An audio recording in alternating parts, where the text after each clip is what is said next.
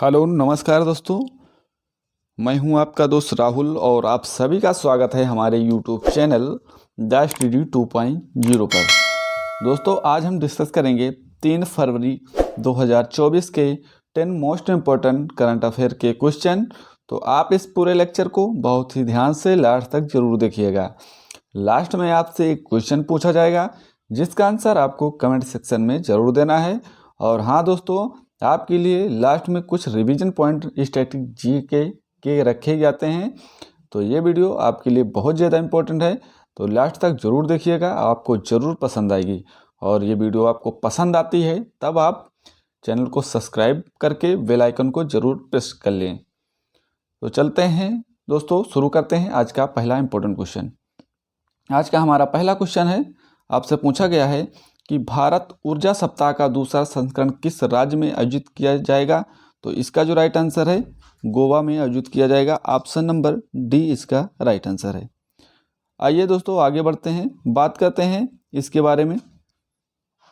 भारत ऊर्जा सप्ताह का दूसरा संस्करण जो है ये 6 से 9 फरवरी 2024 तक ठीक है गोवा में आयोजित होने वाला है। तो 6 से 9 फरवरी तक ये आयोजित किया जाएगा।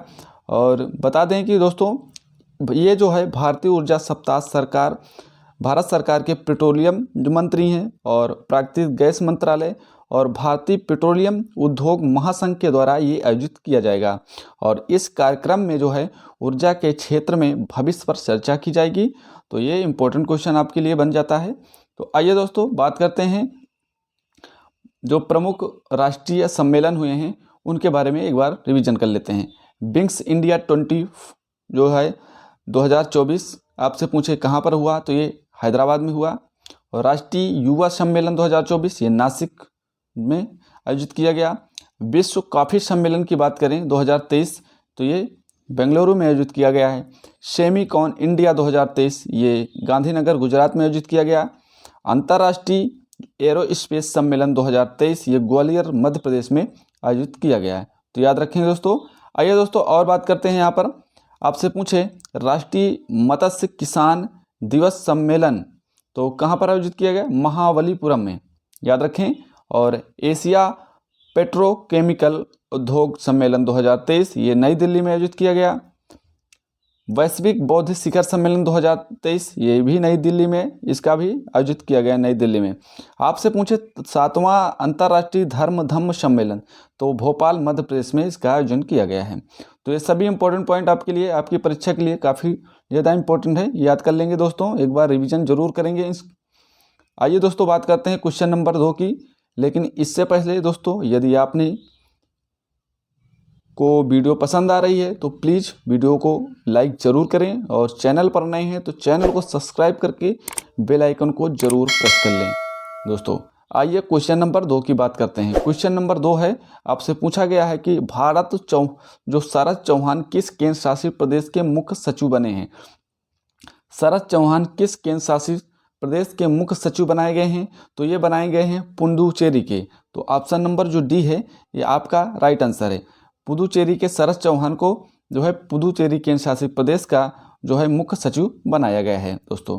तो ध्यान देना इस बातें में, ठीक है। यहाँ पर देखिए दोस्तों, आपसे पूछा गया है कि 1994 बैच के अनुभवी IAS अधिकारी हैं शरद चौहान, ठीक है। और केंद्रीय जो केंद्रीय गृह मंत्रालय है इसके द्वारा पुडुचेरी का नया मुख्य सचिव बनाया गया है। और जो ये शरद चौहान हैं ये राजीव जो है शर्मा का स्थान लेने वाले हैं। तो राजीव शर्मा का स्थान लेंगे तो याद रखना शरद चौहान। और राजीव शर्मा को जो है वो चंडीगढ़ प्रशासक के सलाहकार के रूप में नियुक्त किया गया है। तो ये भी बात आपके लिए इम्पोर्टेंट है, इसको भी आप याद रखेंगे, ठीक है। सर राजीव वर्मा को जो है चंडीगढ़ प्रशासक के सलाहकार के रूप में जो है नियुक्त किया गया है। आइए दोस्तों अब बात करते हैं पुडुचेरी के बारे में, क्योंकि ये केंद्र शासित प्रदेश है एक पुडुचेरी की राजधानी आपसे पूछे तो पांडिचेरी है। और यहाँ के जो उपराज्यपाल हैं वो तमिलसाई सौंदरराजन यहाँ के उपराज्यपाल हैं। मुख्यमंत्री की बात करें तो जो N रंगास्वामी यहाँ के मुख्यमंत्री हैं। और विधानसभा की सीटें 30 है। राज्यसभा पूछे लोकसभा पूछे तो यहाँ पर एक सीटें राज्यसभा और लोकसभा की एक सीटें हैं। और विधानसभा की सीटें यहाँ पर 30 हैं। और यहाँ का जो उच्च न्यायालय है वो मद्रास उच्च न्यायालय है। तो याद रखेंगे, पुदुचेरी का जो उच्च न्यायालय है वो मद्रास उच्च न्यायालय है, मद्रास में है, याद रखेंगे। आइए दोस्तों, अब हम बात करते हैं हाल ही में नियुक्त किए गए जो महत्वपूर्ण नियुक्तियां हैं उनके बारे में चर्चा करते हैं। जो भी हाल ही में महत्वपूर्ण नियुक्तियां हुई हैं, पेप्सिको इंडिया के सीईओ आपसे पूछें तो है जागृत कोटेचा, ठीक है। यूपीएससी के नए अध्यक्ष जो बने हैं वो सीलवर्धन सिंह को बनाया गया है। भूटान के प्रधानमंत्री जो बने हैं वो शेरिंग टोबगे बने हैं। और महाराष्ट्र की जो पहली महिला जो है, महाराष्ट्र की जो पहली महिला डीजीपी बनाई गई हैं वो बनाई गई हैं रश्मि शुक्ला। तो इनका भी नाम आप याद रखेंगे, इम्पोर्टेंट है, ठीक है। रश्मि शुक्ला को बनाया गया है। आइए दोस्तों और देखते हैं, और भी पूछा गया है आपसे।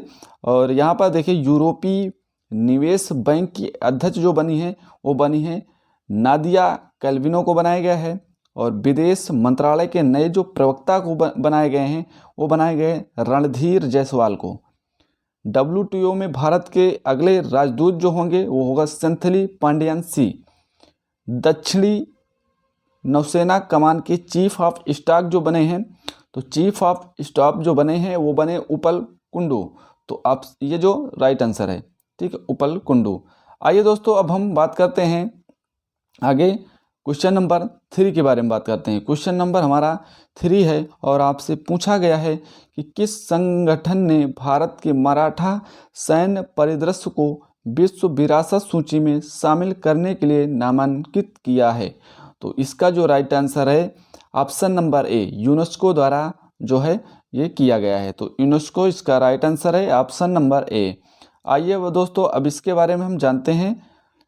2024-25 के लिए यूनेस्को ने भारत के जो मराठा सैन्य परिदृश्य हैं को विश्व विरासत सूची में शामिल करने के लिए नामांकित किया है। मराठा सैन्य परिदृश्य के 12 भाग हैं, जो कि महाराष्ट्र सरेर किला है और शिवनेरी किला है, खंडेरी किला है, रायगढ़ किला है, प्रतापगढ़ है, स्वर्ण दुर्ग है और लोहागढ़ है, ठीक है, पन्हाला किला है, विजय दुर्ग है, सिंधु दुर्ग है और तमिलनाडु में जो जिंजी किला है। ये जो है मराठा साम्राज्य के जो है 12 भाग हैं, ठीक है। भारत में मराठा सैन्य परिदृश्य का जो विकास है वो 17वीं और 19वीं शताब्दी के मध्य हुआ है। विश्व धरोहर स्थल का वह स्थान है जिसे यूनेस्को द्वारा महत्वपूर्ण सांस्कृतिक या भौतिक मूल्य के लिए स्वीकार किया जाता है, ठीक है। विश्व धरोहर में उन्हें शामिल किया जाता है। भारत में वर्तमान में कुल 42 यूनेस्को विरासत स्थल हैं। कितने हैं? 42, जिसमें से जो हैं 34 संस्कृत हैं, 7 जो हैं प्राकृतिक हैं और 1 जो है वो है दूसरों संस्कृत और प्राकृतिक दोनों, तो मिश्रित है। तो याद रखेंगे। और आपसे पूछे दोस्तों कि नवीनतम कौन कौन है, तो 1 है शांति निकेतन, 1 है होयसला मंदिर। तो याद रखेंगे दोनों को। आइए दोस्तों, अब हम बात करते हैं यूनेस्को के बारे में। यूनेस्को की स्थापना आपसे पूछे तो 16 नवंबर 1945 को यूनेस्को की स्थापना की जाती है और मुख्यालय इसका जो है वो पेरिस, फ्रांस में इसका मुख्यालय है। वर्तमान में महानिदेशक इसके जो हैं वो है आद्रे अजोले महानिदेशक हैं और इसमें जो सदस्य देश हैं वो 193 सदस्य देश हैं, याद रखना है। और इसमें जो है 11 सहयोगी सदस्य भी होते हैं।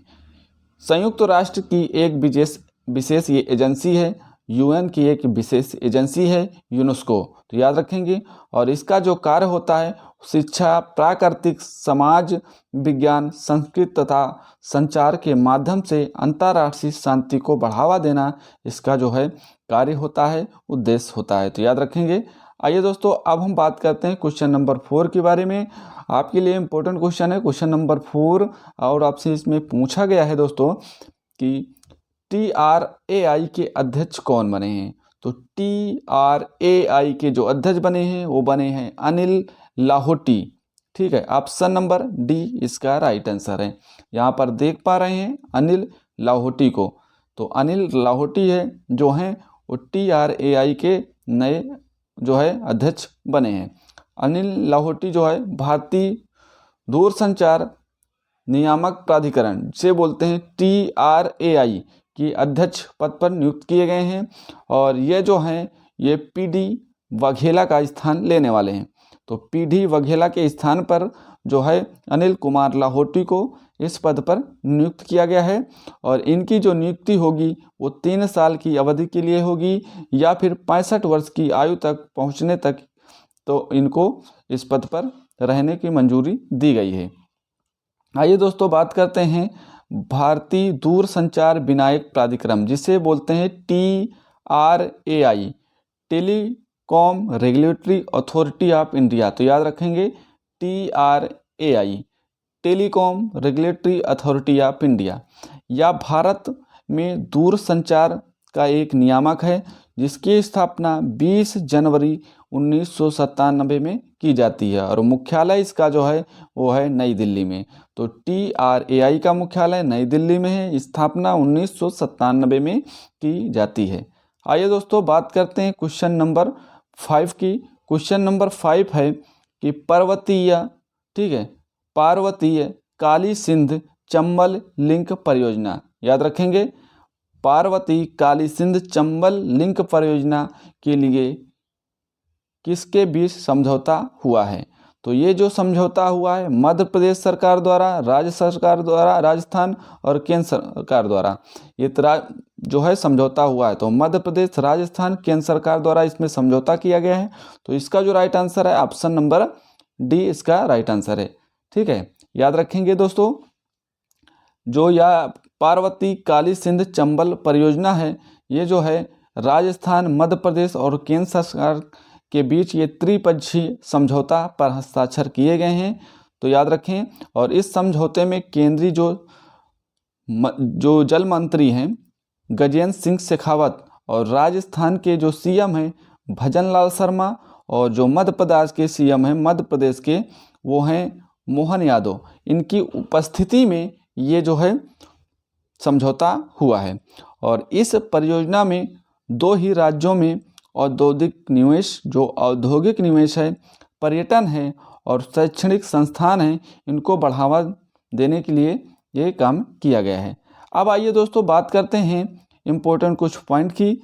मध्य प्रदेश और राजस्थान ने 26 जिलों में 5,80,000 से ज़्यादा जो हेक्टेयर भूमि की सिंचाई जो है 30-40 साल तक लाखों लोगों के पेयजल की जो सुविधा है वो स्थायी रूप से मिल सकेगी इस जो है परियोजना के तहत।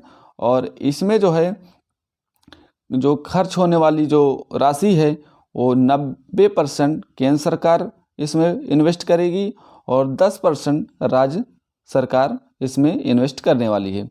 और इस परियोजना की जो कुल लागत है करीब 50,000 करोड़ रुपए बताई जा रही है। अब दोस्तों आइए बात करते हैं पूर्वी जो राजस्थान के जो ज़िले हैं, जो 13 ज़िले हैं जो हैं झालावाड़, बारां, कोटा, बूंदी, सवाई माधोपुर, करौली, धौलपुर, भरतपुर, दौसा, अलवर, ठीक है, जयपुर, अजमेर और टोंक और ये जो हैं इनमें पेयजल उपलब्ध कराया जाएगा। ठीक है, इन 13 जिलों में। और बात करें यहीं पर मध्य प्रदेश में जो शिवपुरी है, ग्वालियर है, भिंड है और मुरैना है, इंदौर है, देवास है, इन सहित कई जिलों में पेयजल के लिए यहाँ पर उपलब्धि कराई जाएगी। और इसके सहित मध्य प्रदेश में 7 बांध भी बनाए जाएंगे। तो मध्य प्रदेश में 7 बांध भी बनाए जाएंगे, तो याद रखें। आइए दोस्तों बात करते हैं क्वेश्चन नंबर अब 6 की। क्वेश्चन नंबर 6 है पॉलिटिकल हिस्ट्री ऑफ असम। ठीक है, पॉलिटिकल हिस्ट्री ऑफ असम 1947-1971 पुस्तक का पहला खंड किसने जारी किया है। तो इस पुस्तक का जो पहला खंड जारी किया है वो जारी किया है हेमंत बिश्व शर्मा ने। ये असम के CM हैं, हेमंत बिश्व शर्मा है। तो ये पुस्तक जारी की है, पहला खंड है और इसमें जो है असम के इतिहास के बारे में बताया गया है। असम के मुख्यमंत्री हेमंत बिश्व शर्मा ने जो है इस पुस्तक का जो है पहला खंड जारी किया है। और इस पुस्तक में असम की राजनीतिक इतिहास के बारे में बताया गया है। और 2025 तक पॉलिटिकल हिस्ट्री ऑफ असम के 3 संस्करण लॉन्च किए जाएंगे। यह पहला खंड है, ठीक है। 3 संस्करण इसके लॉन्च किए जाएंगे, जिसमें से 2020 तक की राजनीतिक घटनाओं में शामिल किया गया है इनमें, तो याद रखें। अब आइए दोस्तों बात करते हैं क्वेश्चन नंबर 7 के बारे में। क्वेश्चन नंबर 7 इंपॉर्टेंट क्वेश्चन है, आपके लिए पूछा गया है कि गणतंत्र दिवस परेड 2024 में किस मंत्रालय की झांकी को सर्वश्रेष्ठ झांकी का अवार्ड मिला है। तो ये जो है संस्कृत मंत्रालय की झांकी को सर्वश्रेष्ठ जो है झांकी का अवार्ड दिया गया है। तो ऑप्शन नंबर इसका सी राइट है, ठीक है, संस्कृत मंत्रालय। आइए दोस्तों बात करते हैं अब इसके बारे में। Indira Gandhi national centre for arts के द्वारा घोषणा की गई है कि संस्कृत मंत्रालय की जो झांकी है इसको गणतंत्र दिवस परेड के रूप में 2024 में पहला स्थान मिला है। और संस्कृत मंत्रालय की जो झांकी की थीम है वो भारत लोकतंत्र की जननी। तो इस थीम को थोड़ा सा याद रखेंगे, ठीक है। The India the mother of democracy, ठीक है, भारत लोकतंत्र की जननी है, इसका जो है थीम है। और वर्तमान में जो संस्कृत मंत्री हैं वो है जी किशन रेड्डी। तो इनका भी नाम आप याद रखेंगे, जी किशन रेड्डी का। अब दोस्तों आइए बात करते हैं कुछ इंपॉर्टेंट पॉइंट की आपसे। Indira Gandhi national centre for जो है आर्ट्स, इसकी स्थापना जो होती है 1985 में होती है। और यह जो है केंद्रीय संस्कृत मंत्रालय के तहत एक स्वायत्त संस्थान है। और बात करें कि जो गणतंत्र दिवस 2024 की जो थीम है वो विकसित भारत और भारत जो है लोकतंत्र की मृतका, इसकी जो है 2024 की थीम है। गणतंत्र दिवस 2024 में जो मुख्य अतिथि थे वो थे फ्रांस के जो राष्ट्रपति थे इमैनुअल मैक्रोन। ये गणतंत्र दिवस 2024 के मुख्य अतिथि थे। 2024 में ये जो है 75वां गणतंत्र दिवस के रूप में मनाया गया है, तो ये बात याद रखेंगे। आइए दोस्तों बात करते हैं 26 जनवरी 1950 को भारतीय संविधान लागू हुआ और 26 नवंबर 1949 को भारतीय संविधान बनकर तैयार हो गया है और इसे संविधान सभा के द्वारा अपनाया गया है। तो 26 नवंबर 1949 को संविधान सभा के द्वारा इसे अपनाया गया है। गणतंत्र दिवस की परेड जो होती है वो कर्तव्य पथ पर आयोजित की जाती है दिल्ली में। तो कर्तव्य पथ दिल्ली में गणतंत्र दिवस की परेड आयोजित की जाती है। और गणतंत्र दिवस समारोह की जो समाप्ति होती है वो होती है बीटिंग रिट्रीट से, ठीक है, बीटिंग रिट्रीट समारोह के समाप्त होते ही होती है। आइए दोस्तों अब हम बात करते हैं क्वेश्चन नंबर 8 के बारे में। क्वेश्चन नंबर 8 है हिम तेंदुआ रिपोर्ट 2024 के अनुसार भारत में हिम तेंदुओं की संख्या कितनी है। तो हिम तेंदुओं की संख्या आपसे पूछी है, भारत में कुल कितने हिम तेंदुओं की संख्या है। तो 718 हिम तेंदुओं की संख्या है, ऑप्शन नंबर डी इसका राइट आंसर है। तो ये रिपोर्ट जारी की गई है और हिम तेंदुओं की संख्या 718 बताई गई है। आइए दोस्तों बात करते हैं केंद्रीय पर्यटन वन और जलवायु परिवर्तन मंत्री जो भूपेंद्र यादव ने भारत में हिम तेंदुओं की स्थिति पर रिपोर्ट जारी की है और इसके अनुसार हिम तेंदुओं की संख्या जो बताई है वो 718 बताई गई है, तो याद रखेंगे। अब दोस्तों बात करते हैं राज्यों में हिम तेंदुओं की संख्या जो है वो कहाँ कहाँ है। लद्दाख में जो है 477 हिम तेंदुओं की संख्या बताई गई है।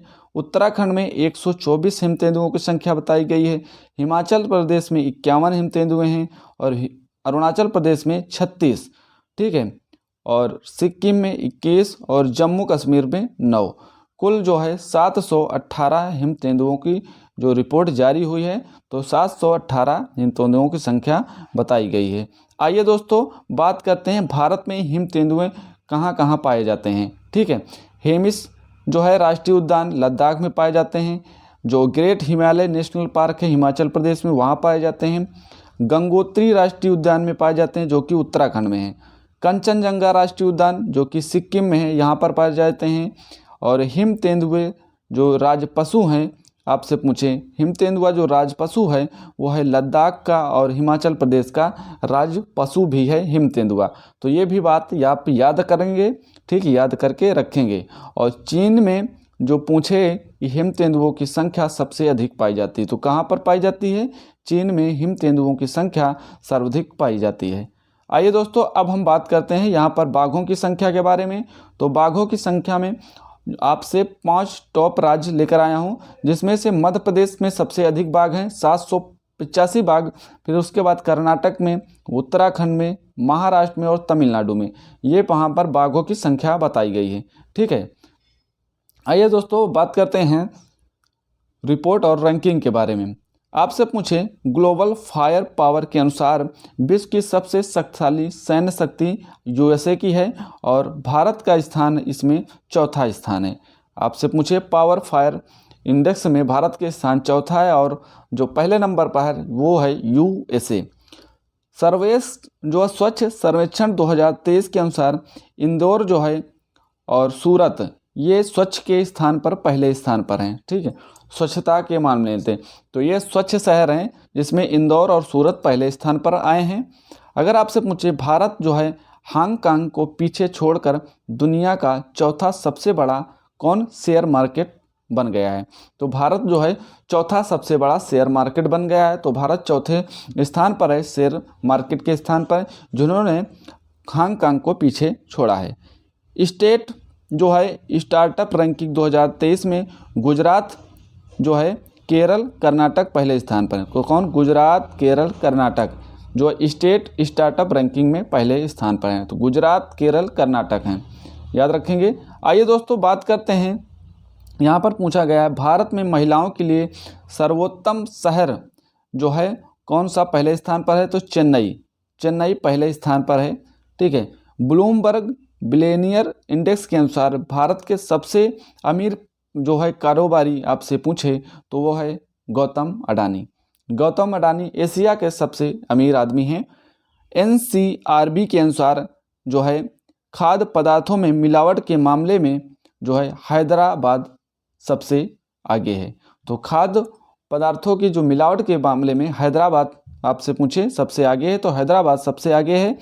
मर्सर सर्वे के अनुसार भारत में जीवन की गुणवत्ता के मामले में जो पहले स्थान में कौन है, तो जीवन के गुणवत्ता के मामले में भारत में जो पहला स्थान है हैदराबाद का है और खाद्य मिलावट के मामले में हैदराबाद सबसे आगे है। तो ये सारी बातें आप याद रखेंगे। आइए दोस्तों क्वेश्चन नंबर 9 की बात करते हैं।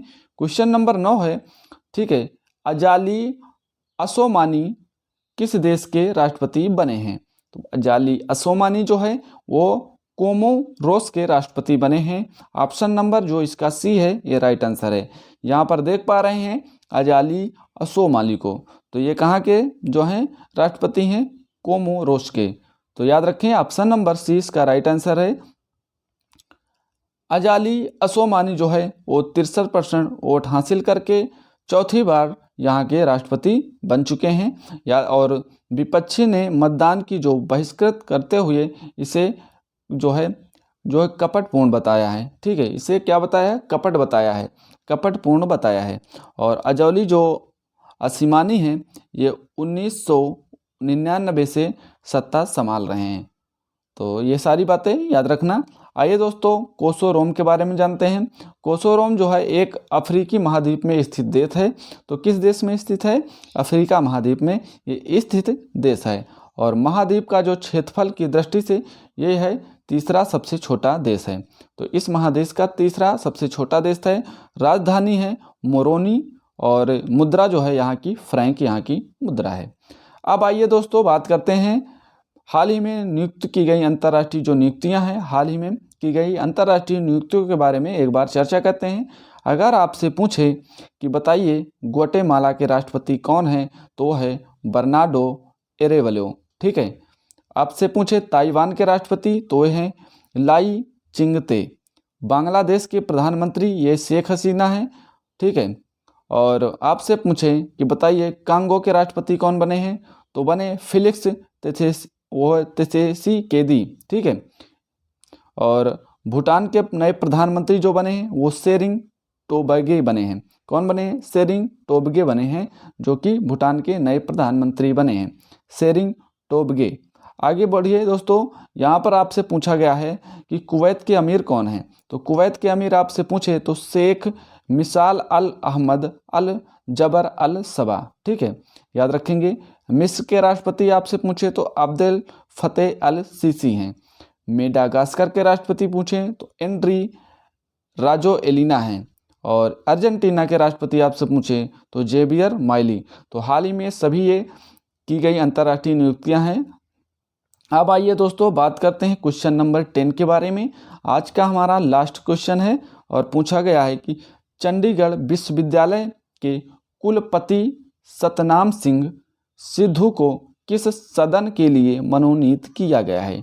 तो ये जो है, जो कुलपति सतनाम सिंह सिद्धू हैं, इनको लोकसभा राज्यसभा सदन के लिए मनोनीत किया गया है।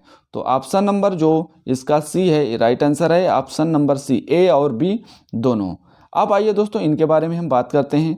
भारत के प्रमुख शिक्षाविदों में से एक सतनाम सिद्धू को राष्ट्रपति द्वारा राज्यसभा के सदस्य के रूप में मनोनीत किया गया है, तो याद रखेंगे।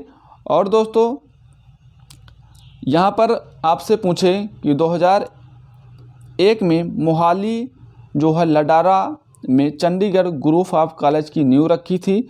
सतनाम जो सिद्धू हैं, ये सांप्रदायिक सद्भाव को आगे बढ़ावा देने के लिए गैर सरकारी संगठन इंडियन जो माइनॉरिटी है, ठीक है, माइनॉरिटीज फाउंडेशन है, और न्यू इंडिया डेवलपमेंट जो है उसके फाउंडेशन चलाते हैं ये।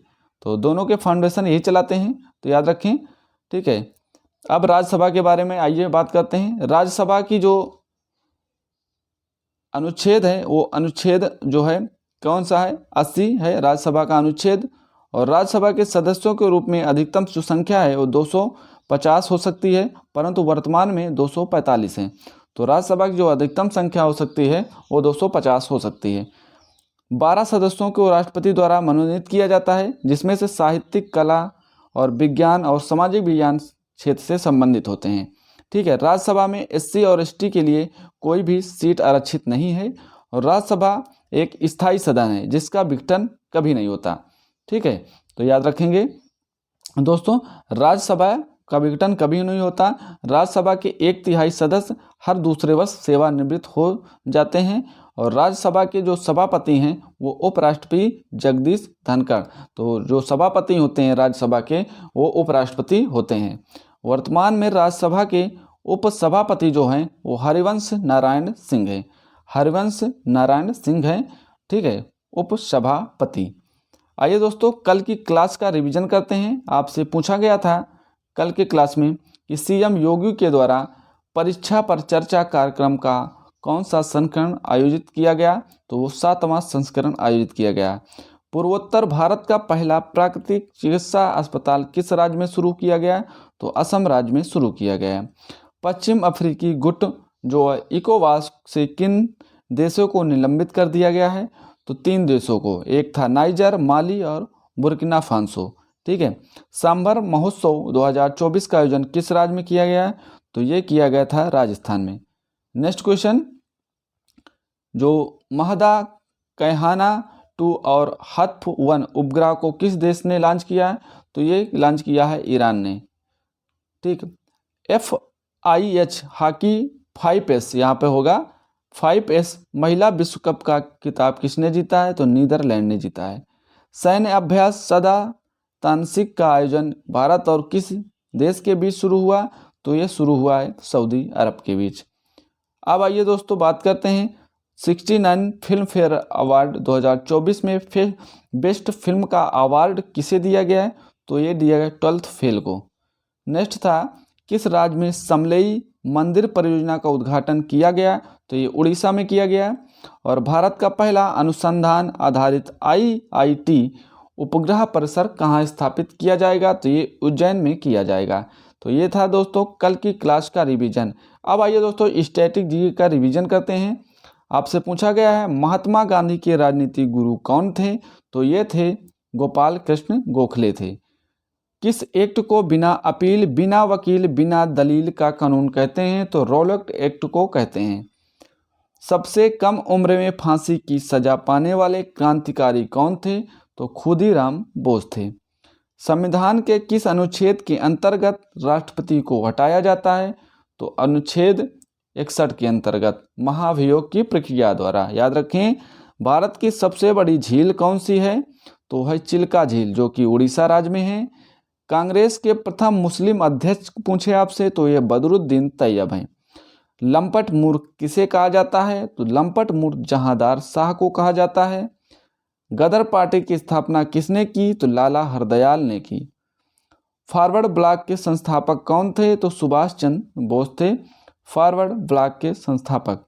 अब आइए दोस्तों बात करते हैं कल के क्वेश्चन का।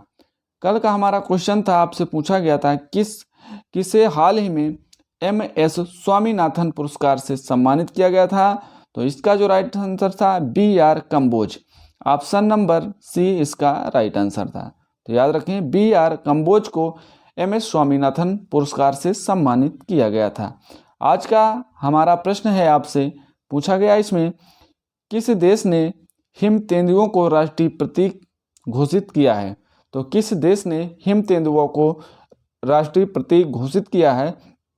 तो इसका जो राइट आंसर है आप कमेंट सेक्शन में ज़रूर देना। अगर आपको ये वीडियो पसंद आई हो तो प्लीज़ वीडियो को लाइक ज़रूर करें, और चैनल पर नए हैं तो चैनल को सब्सक्राइब करके बेल आइकन को ज़रूर प्रेस कर लें। बस इतना ही दोस्तों, मिलते हैं नेक्स्ट वीडियो में। आज के लिए सभी दोस्तों को जय हिंद, जय भारत।